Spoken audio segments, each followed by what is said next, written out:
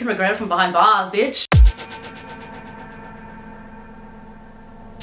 Hey guys, I'm so sorry. I know it's been ages since I last actually sat down and spoke to you guys. I've been getting a lot of good feedback on the vlog that I uploaded yesterday or the day before that, and I'm so glad you guys are liking it. I'm actually about to leave my house, but today I really wanted to sit down and film a realness episode, and that's basically the same thing as my random topic vlogs that I used to do, but I just hated that title, random topic vlog.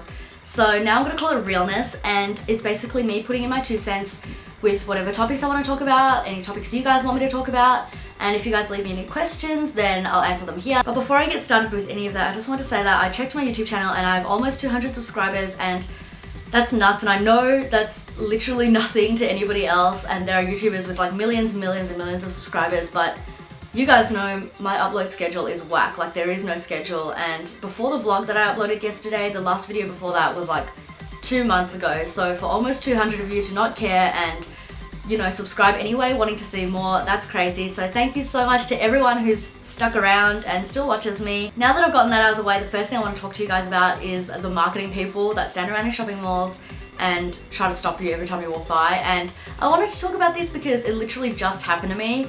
And I was walking with my earphones in, and from meters and meters away she started waving at me, and because it was so far away I wasn't sure if she was waving at me or not.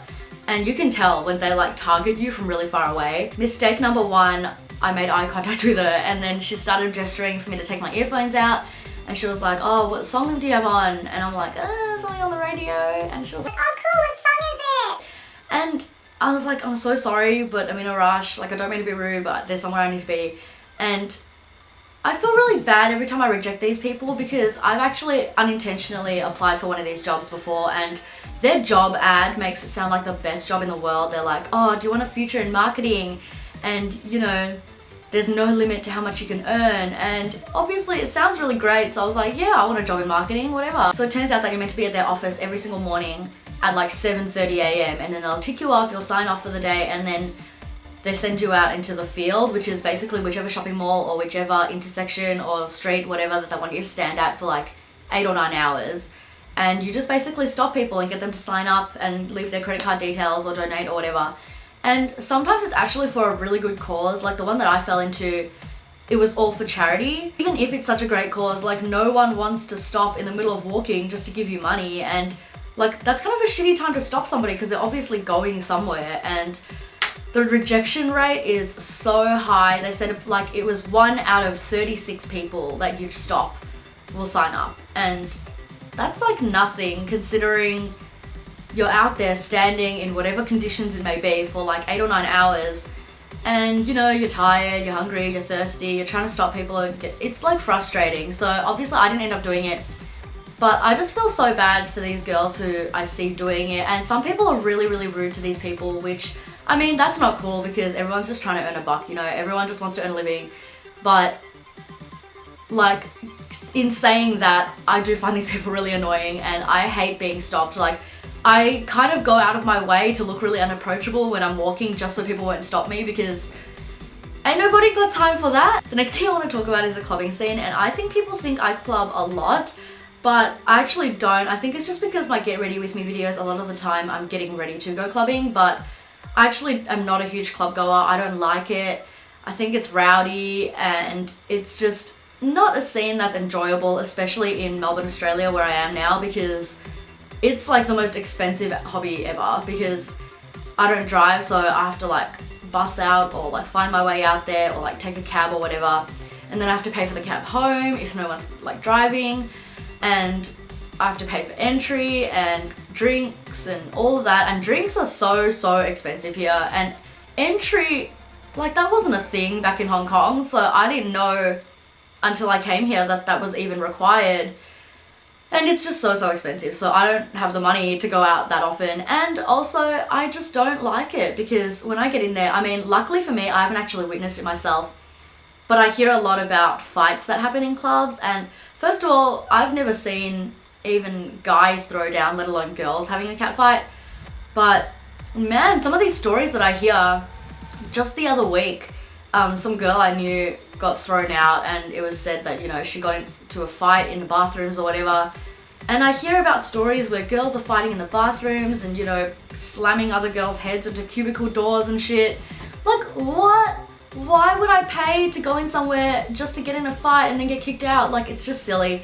And I just don't understand it. And I remember my first ever clubbing experience. It was awful, and it was at some really ratchet club. I didn't even know that it was really rowdy at the time, but I was there for literally all of 15 minutes, and it was us just standing awkwardly trying to suss out how to dance, because, you know, your first ever clubbing experience, you don't know how to dance to this music yet, and you're just kind of sussing it out, kind of just awkwardly bopping while everyone else is like getting down on the dance floor. And then, no joke, I see some guy walk by with a gun. So we got the hell out of there, and that was my first clubbing experience. It was scary and awkward and just awful in general.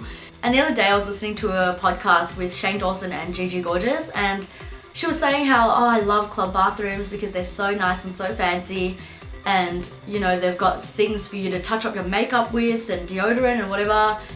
And she made it sound so glamorous, and I don't know if I'm just going to the wrong clubs, or like the clubs in Vegas are just next level, because the club bathrooms that I've been to are so ratchet, it's disgusting. Like, there's vomit in the sinks, there's spilt drinks everywhere, there's water all over the floor, and there's never any toilet paper. That brings me to the next thing I want to talk to you guys about, which is drunk drivers, and I just can't deal with these people. And I say it brings me into this because I was in a club when some guy started talking to me, and it turns out he was one of the promoters there, and he was talking about, okay, I don't know because I wasn't really listening, but then halfway through the conversation, I asked him, so how are you getting home tonight?